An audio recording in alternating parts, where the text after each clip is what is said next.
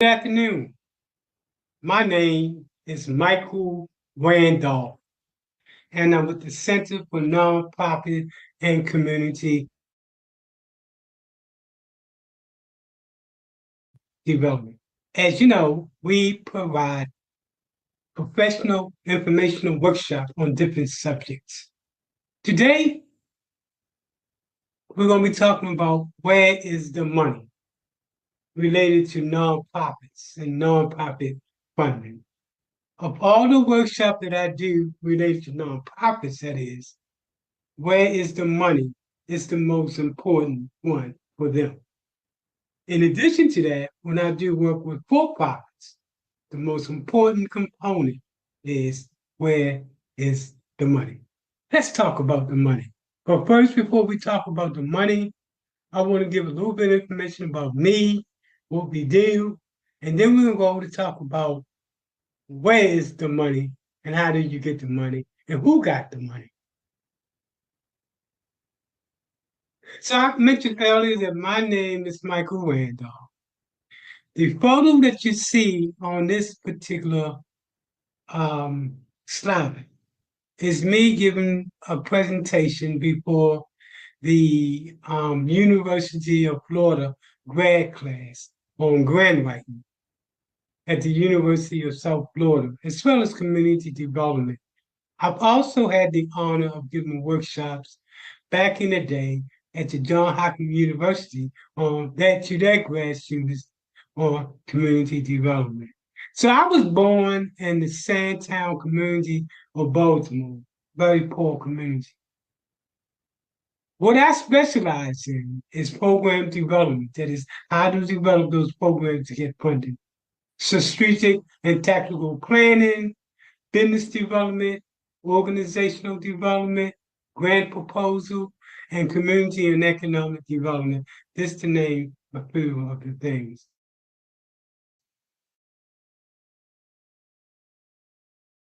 I started back in 1980. Remember what I told you earlier? I'm coming from a poverty-stricken community.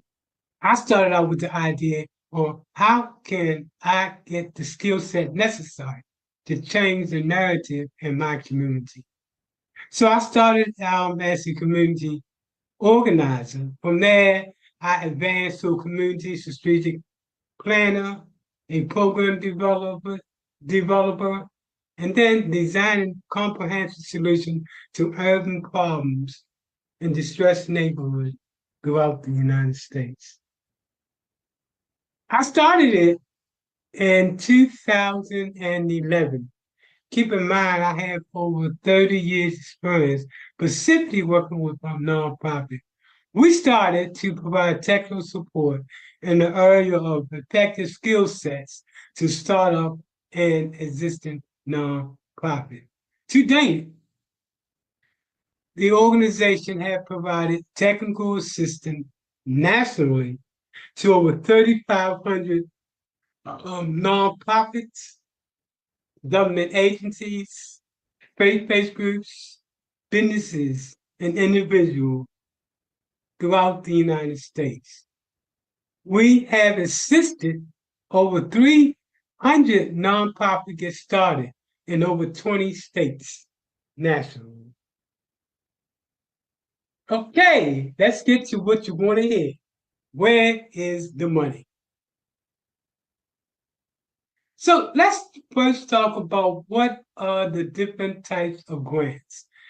This is important because a lot of people confuse grants, types of grants when they go to write a proposal.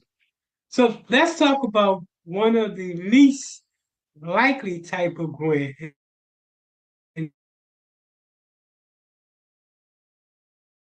a unrestricted grant. An unrestricted grant may be used for general purposes. Most grants, however, are called restricted grants. So let's talk about the different types of restricted grants. The first type is a program and project grant. You all know about this because you know that in order to get funding, you have to have a program or project. This type of support usually is specific to measurable outcomes when you go after these funding. They want to know what are the measurable outcomes that you're going to bring about. The next type of grant is seed money. This is normally for new experimental and innovative projects or pilots or demonstration programs, seed program, when you want to start a new program. Seed money is also when you just start your nonprofit to go after money to bring on your first employee, which should be the CEO. The other type of grant is known as capital grants. Capital grants are projects, for example, construction or renovation of physical capacity, also including trying to go after money for land acquisition or major equipment purposes.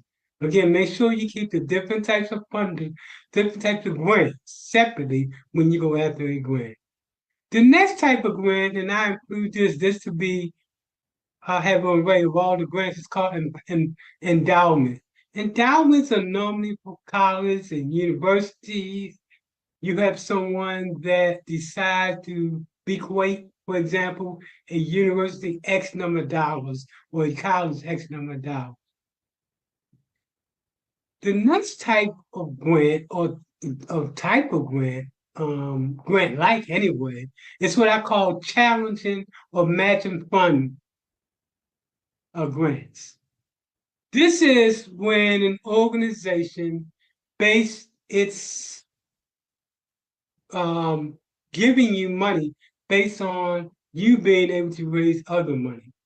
That it is contingent upon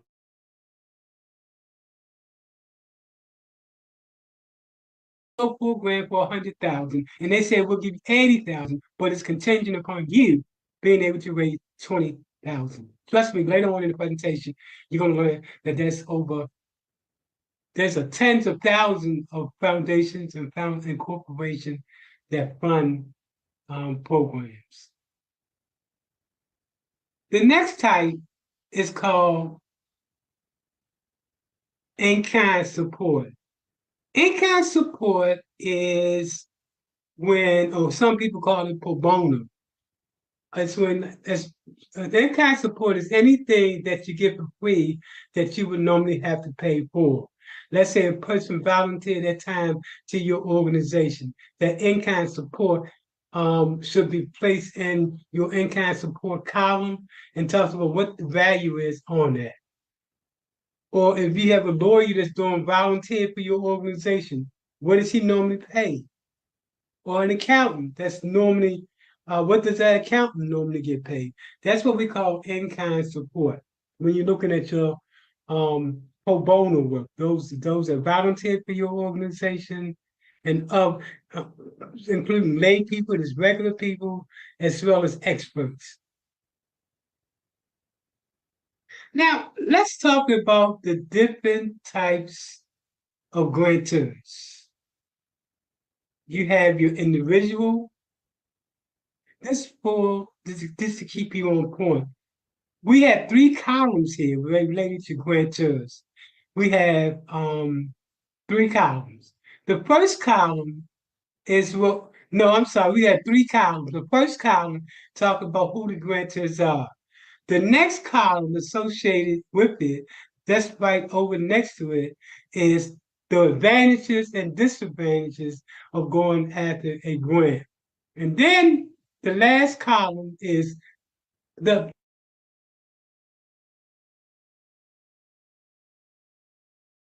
column is the advantages of going is the disadvantages.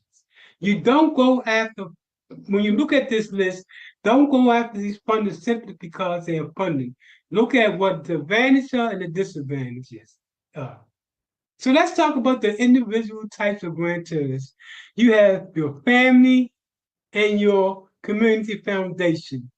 Your family foundation are those foundations that are biologically connected to each other, like your Gates Foundation, Obama Foundation, Clinton Foundation. These foundations are foundations in which the family actually running. The second type of funding is called community foundation. Community foundation are those foundations that fund programs in the immediate community. Like here in Tampa, we have what's known as the Hillsborough County Children's Board that fund, but they only fund in Hillsborough County. In Miami, you might have the Miami funders. They only fund in Miami. In Baltimore, it's the same example. These are community foundations that fund within the community. The next type is known as corporate foundations. And corporate foundations are, before I get to the corporate foundation, let me go to the very top again because I think I skipped it. And this very top is the ones that give the most money, and these are called individuals. Now, keep in mind the disadvantages and advantages of going after these funders. The individual, like you and I, are by far the greatest uh, uh, funders. Your friends that give you money for your organization, people that you know. These are called individuals that give money, as opposed to the second type, which is the family and community foundation, and then the corporate foundation. The corporate foundation, by way of I'm showing how important they are. Corporate foundation give up to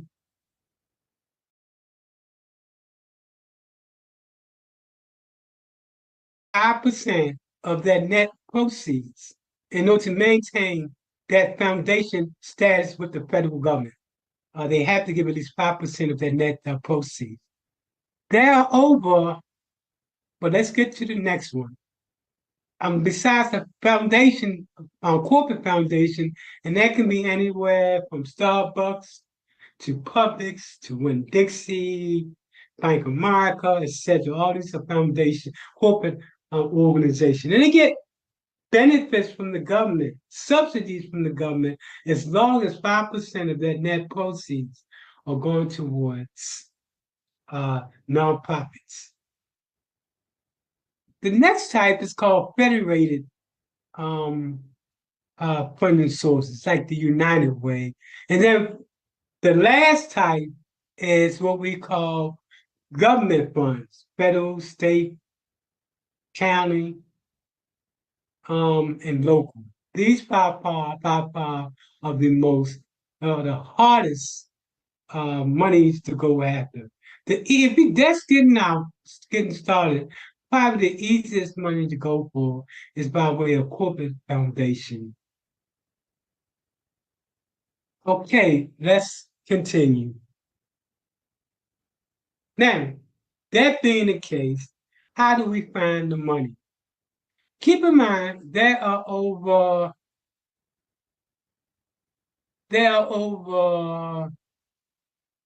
80 to 100,000 foundations and corporations that give money throughout the United States, throughout the world. Most of these funders you're not going to be able to find if you Google it. Let's say if you Google something and say, what organization are funding you program? You're only going to get less than a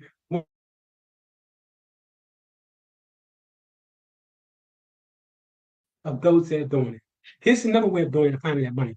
Well, the first look is to look at the category of federal domestic assistance. About if you're going after federal money, this is going to let you know what money is going down the pipeline. Then you're going to look at the Federal Register in terms of federal dollars to find out what committees are recommending funding for what subject matter. The Foundation Center is one of the major ones. The Foundation Center, you can find over 100,000 foundation and corporations that give money throughout the world. Again, unlike trying to Google it, the Foundation Center is the place to go when you're looking for funding. They can tell you basically who's funding.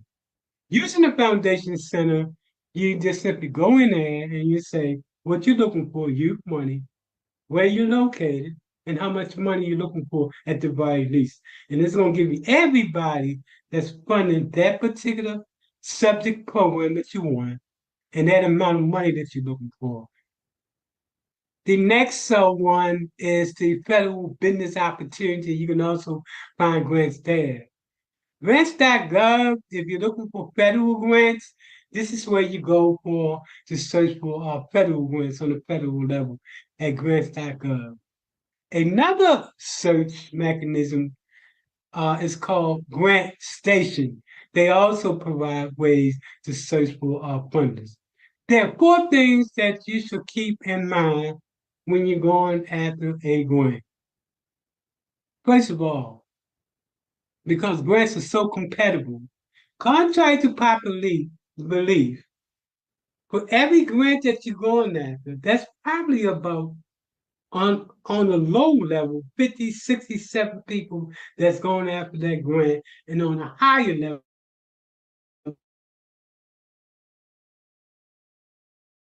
national money, it's going to be anywhere from saying dollars. Contrary to popular belief, when you're going for money for your nonprofit, it's not as easy as you think it is unless you're prepared.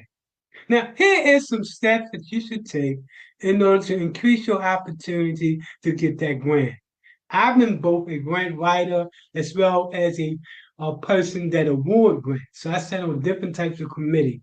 I specifically understand what funders are looking for when they look at your particular grant. And coming from the how to write a grant perspective, I know how to put together the grant. I'm what you call a master grant writer, in that I not only write grants, but also teach how to write a grant. So the one thing that they're looking for, the first thing they're looking for in terms of this process that you should do is to read the forms and the guidelines. A lot of people do not read the forms or the guidelines, they just simply start to write the grant. Also, always look for a person that received that grant in the past. An X Foundation received a grant from, let's say, Bank of America. Contact that group and ask them what are some of the obstacles that I should look for and what are some of the things that I should do in order to get that grant. Most past funders will share that with you since they're not going after the same grant. Again, you can find who these people are in the Foundation Center, Grant Station, and grants.gov. Then talk to someone that actually was part of the team that awarded that grant. For example, if you're going for money for the Foundation Center, and let's say you put in Bank of America,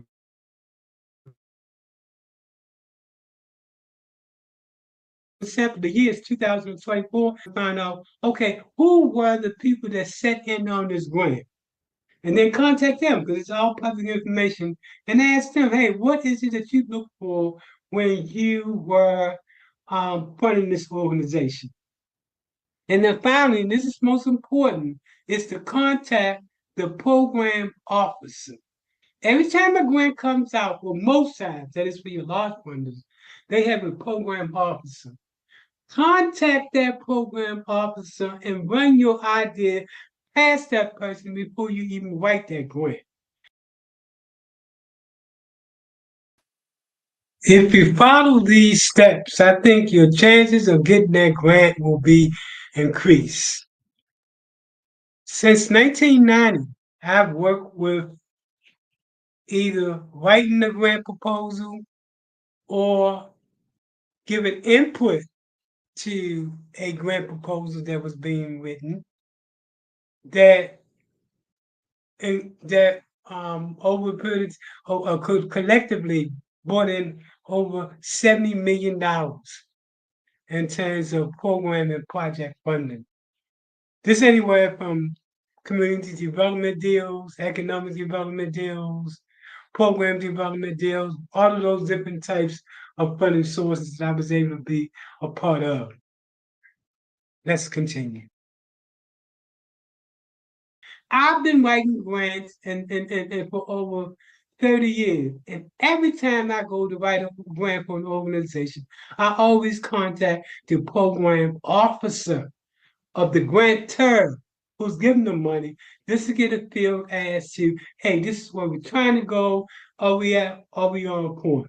If you follow these 4 steps, this 4-step process, you will increase your chances of getting that grant by 70%. So, what do I tell nonprofits in terms of going after that particular money? So, I put together what I call a social entrepreneurship approach. That is, and most importantly, as a nonprofit, you cannot only focus on grants, so you will die.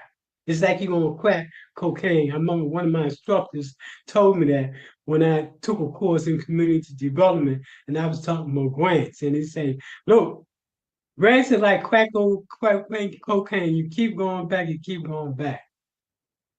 The way that funders look now as to who they're going to fund, they say look at earned income. And earned income is those dollars that you bring in that you get paid for. For example, my nonprofit provides training program, so we actually get paid.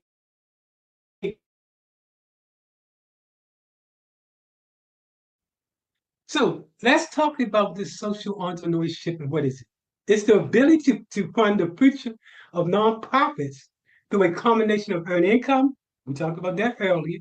I'm going to talk a little bit more about that. Charitable contributions and public sector subsidies. Get this. The earned income is used to pursue your social objectives by simultaneously seeking both financial and social return on your investment. So let's look at this breakdown. It's broken into 4 columns. The first column is revenue, that is where you're going to get the money from. The column under that is output. What are you going to use the money for? The column that's on the next column is outcomes.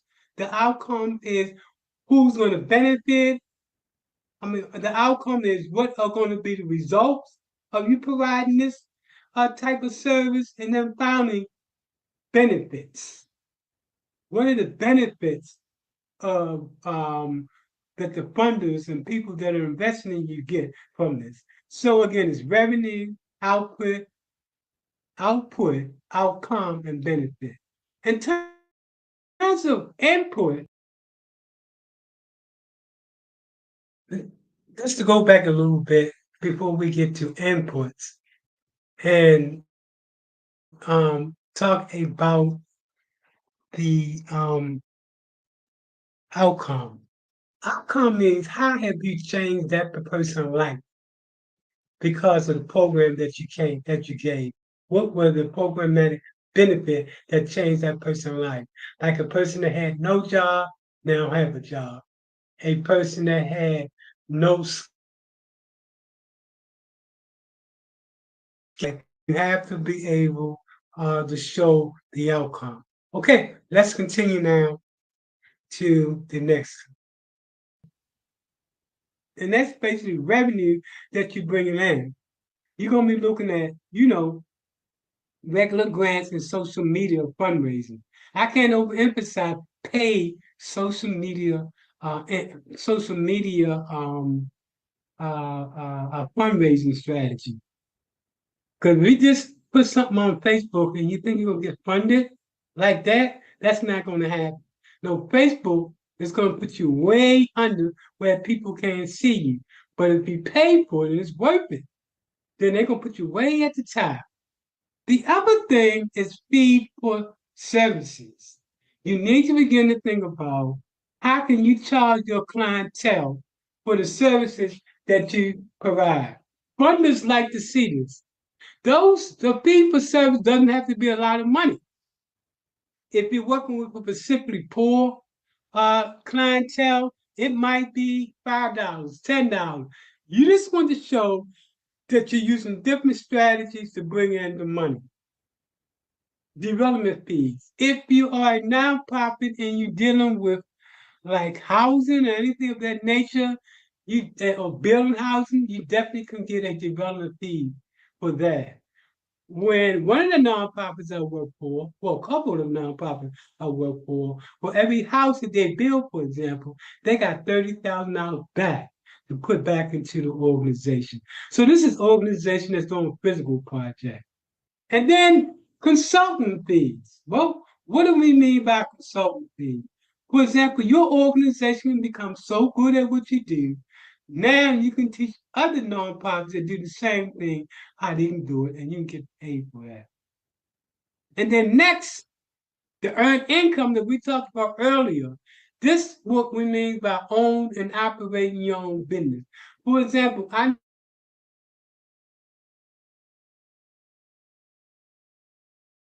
that work with youth. And what they did was to start a t-shirt shop. And they hired a youth to do it. And they was able to bring in money that way. Or ice cream shop, for example. I know the cities here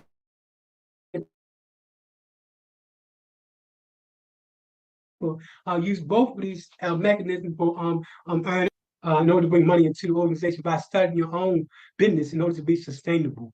Partners look at besides rents, how are you and what are you doing to increase your capacity to bring in those dollars?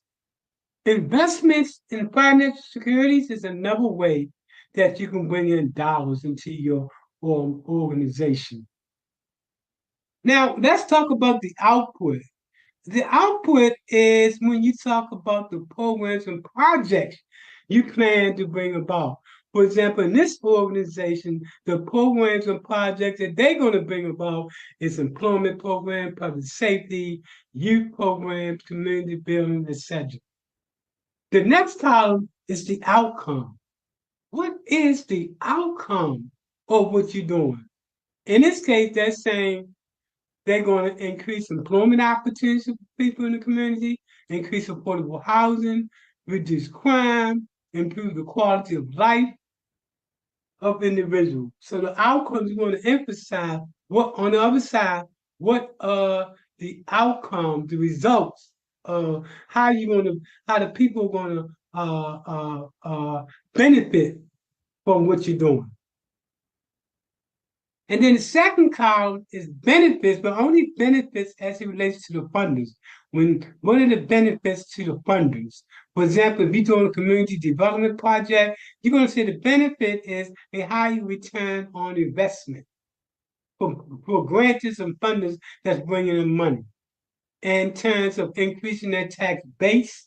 If you're reducing crime, if you're improving businesses, you increase the tax base. A reduction in required city services.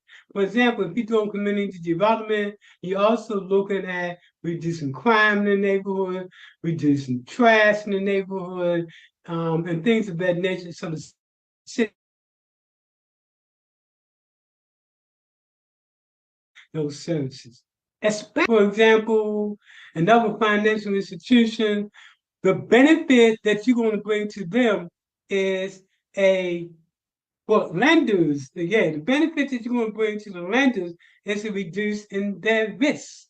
Because you're improving the quality of that neighborhood, when they put money in the business, because the community is improving, then that's a less risk for them in terms of not getting their money back, especially in low and high crime neighborhoods. To investors, what you're saying to them is that when you invest in us, it's going to increase on your return on your return, an increase on your investment. For example, the city government, you say to them, it's going to be an increase on your investment. We're going to definitely increase the return on those dollars by reducing all these city services, etc. That's just one example. When we got people that's investing in you, you need to make an argument that the return on that investment is going to be a high return on that investment. And then next and finally, no matter what you're doing, this last column is you're going to better, you're going to increase the quality of life of individuals that live in that community. Okay, now, what is it that funders look for in terms of funding you? The first section talks about where the money is and give you some ideas on how to go for that money. Now we're going to talk about, because like I said earlier, I have an experience in terms of actually sitting at the table a uh, as a individual group that was put together to help evaluate grant proposals that was coming from different sources. And I sat on the table so I understand what the funders are thinking like. And from my takeaways from all of those that experience is here's what funders are looking.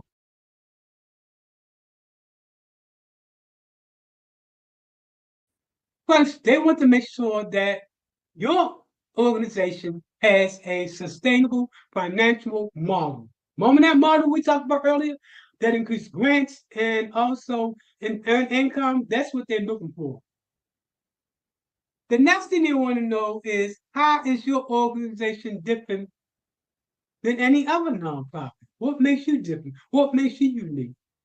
Then they want to know what are the hard and soft data that support your position that there is a problem. This is where you provide for quantitative and qualitative research to argue your point about the problem from third party sources. Then what measurement tools are you use? Are you going to use? What matrix are you going to use to show what success look like? Is it going to be a logic model, a theory of change, etc.? And then they want to know what's the reason for starting your nonprofit? And this is where you get compassion at. For example, a mother that lost her son to violence in the streets. This way she began to say, I start not because I want you, but in order to deal with the deep pain that won't go away. And then they want to know what value do your organization bring to the table? What do you consider when it comes to value? This is important also. Make sure that you network, you partnership, and you collaborate with other organizations. And then finally, but not finally, finally, accounting practices. Make sure that you got your finances in order. You can use like software that you can get in order to, if you don't have an accountant, some of the software that you can get in order to help you manage that money until you're able to get an account.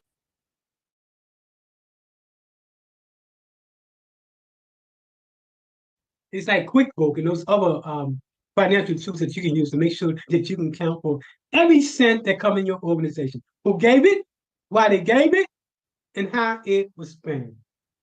And then finally, when we put this all together, funders look for, is your program feasible, sustainable, plausible, and is it fundable? So our next presentation is going to talk about how to create a fundable program. We're going to break down what are the different components of a program related to goals, objectives, practice, outcome, input, impact, all that stuff on our next presentation. If you want to reach us, you have the numbers here. In addition to that, on YouTube, LinkedIn, and Facebook, please do so. In fact, hook up with us because you can then get alerts on what is the next program that we're going to be doing. If you are a nonprofit that's struggling to try to bring in money for your nonprofit, and you're trying to find a funding mechanism that actually brings in the dollar, especially to those nonprofits that are mom and pops, and they are making it basically by donations. They're not really getting any funding or anything of that nature, but they're doing the hard work that's necessary.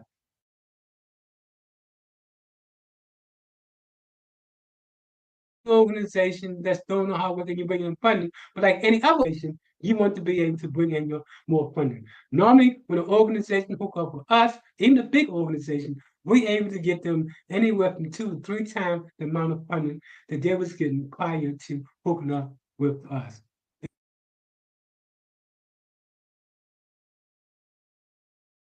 Feel free to go to this website right here. It's a form that you're going to complete. You're going to tell us a little bit about you and how we can help you. So please hook us up. Until the next time, just keep doing what you're doing.